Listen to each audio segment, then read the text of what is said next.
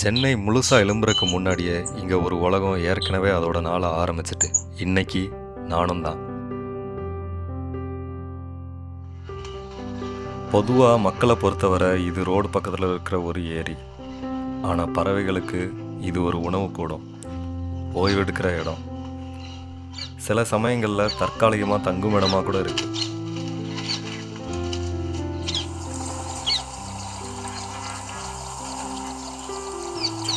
ஒவ்வொரு வருஷமும் ஜனவரியிலேருந்து மார்ச்சுக்குள்ளே இங்கே நிறையா உள்ளூர் மற்றும் வெளியூர் பறவைகள் வருது. சில பறவைகள் பல ஆயிரம் கிலோமீட்டர் கடந்து கூட வருது. இந்த சதுப்பு நில ஏரி பல உயிரினங்களுக்கு ஒரு வாழ்வாதாரமாக இருக்குது. இங்கே ஒவ்வொரு உயிரினத்துக்கும் ஒவ்வொரு பங்கு இருக்குது.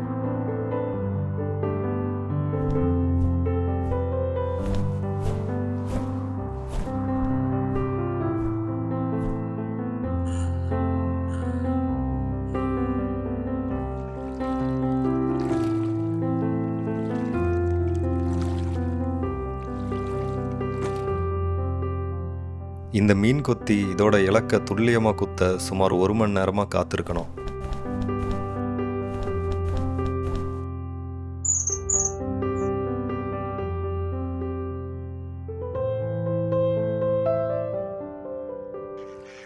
இந்த பெலிக்கன் பறவைங்களோட மார்ச் ஃபாஸ்ட்டை பார்க்குறதுக்கு ரொம்பவே அழகாக இருக்கும். சில சமயங்களில் மீன் கூட பறவை பயங்காட்டுது.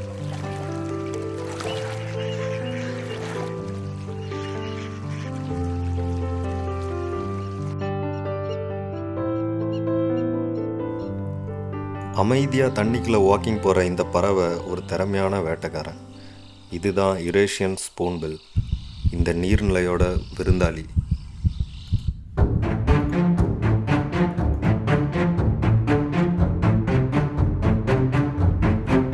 இந்த கரண்டி மாதிரியான அழகு வெறும் பார்க்கறதுக்கு மட்டும் கிடையாது, அதுதான் இதோட வேட்டையாடும் ஆயுதம்.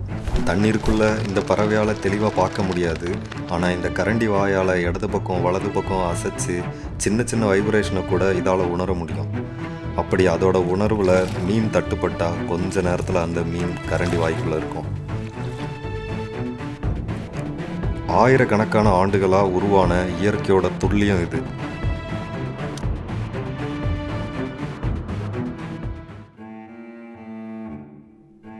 நீர் செடிகளுக்குள்ள அமைதியாக நடந்து போகிற இந்த வண்ணமயமான பறவை இந்த சதுப்பு நிலத்தில் மறைஞ்சிருக்கிற ஒரு அழகு. இதுதான் கிரே ஹெடட் ஸ்வாம்ப் ஹென். நீல நிற உடல், சாம்பல் நிற தலை, சிவப்பு அழகு, இதன் தோற்றமே ஒரு தனித்துவமானது. தண்ணிக்கு மேலே மிதக்கிற செடிகளுக்குள்ள ரொம்பவே கான்ஃபிடெண்ட்டாக நடக்கும். இந்த நீளமான விரல்கள் மென்மையான செடிகள் மேலே கூட எளிதாக நடக்கிறதுக்கு உதவுது. வெளியே அமைதியாக இருந்தாலும் அதோட பகுதியில் இது ரொம்பவே எச்சரிக்கையாக இருக்கும். நீர் செடிகள், விதைகள், சிறிய சிறிய உயிரினங்கள், இதுதான் இதோட உணவு. இந்த மாதிரியான பறவைகள் இருப்பது இந்த நீர்நிலையோட இயற்கை சமநிலையை காட்டுது.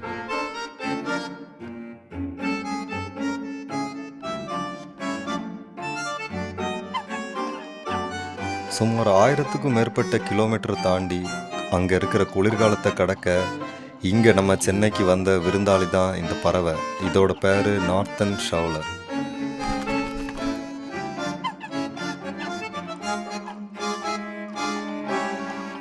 தண்ணியை மெதுவாக வடிகட்டி சின்ன சின்ன உயிரினங்களை தேடி செல்லும்.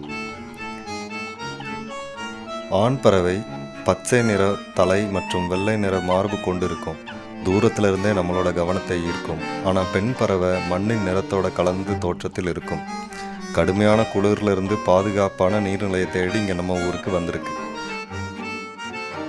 இந்த சதுப்பு நிலம் இதோட ஓய்விடம் மட்டும் கிடையாது, உணவு, பாதுகாப்பு, உயிர் வாழ்வு, அது எல்லாத்துக்குமே ஒரு தற்காலிகமான இடம்.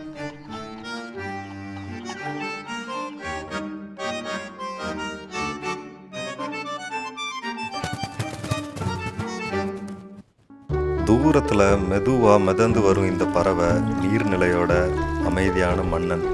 இதுதான் ஸ்பாட் பில்ட் பெலிக்கன். இதோட நீளமான அழகு, பெரிய தொண்டைப்பை, மீன்பிடிக்க உருவான இயற்கையான அற்புதம்.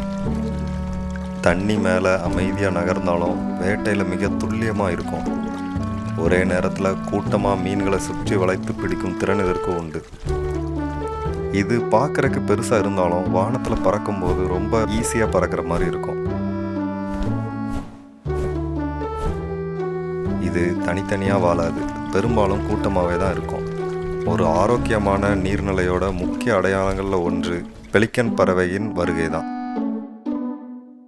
சின்ன உடம்புக்குள்ள பல வண்ணங்களும் வேகமும் ஒன்றாக இணைந்திருக்கும் அழகான பறவை இது. இதுதான் கிரீன் பீ ஈட்டர். பச்சை நிற உடல், நீல நிற தொட்டு கொண்ட முகம், சூரிய ஒளியில் இன்னும் பிரகாசமாக தெரியும்.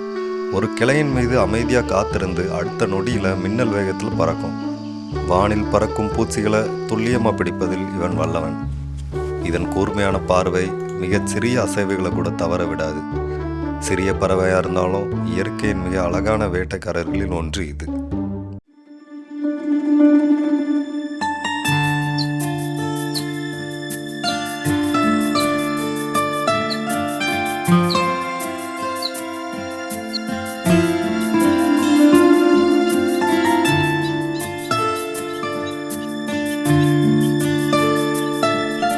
ஒரு ஃபோட்டோகிராஃபராக இந்த ஏரி எனக்கு வெறும் காட்சிகளை மட்டும் தந்ததில்லை, ஒவ்வொரு காலையிலும் இயற்கை இன்னும் உயிரோடு இருக்குங்கிறத நினைவூட்டியிருக்கு. இந்த சதுப்பு நிலம் எண்ணற்ற உயிரினங்களோட வாழ்வாதாரம்.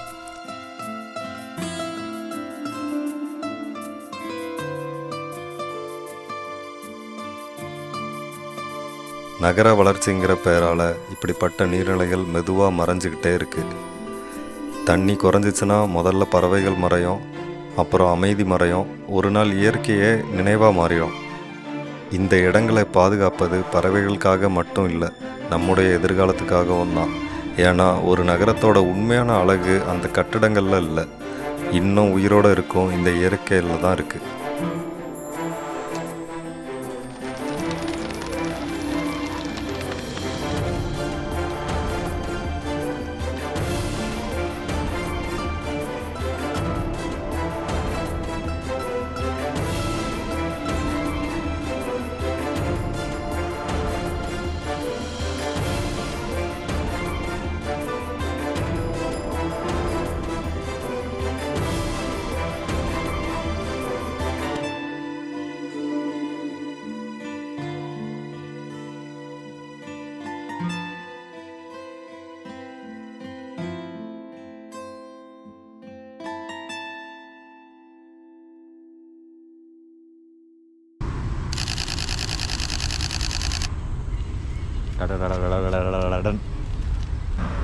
மாடு மேலே எதுக்கு காக்கா உட்காந்துருக்கு தெரியுமா?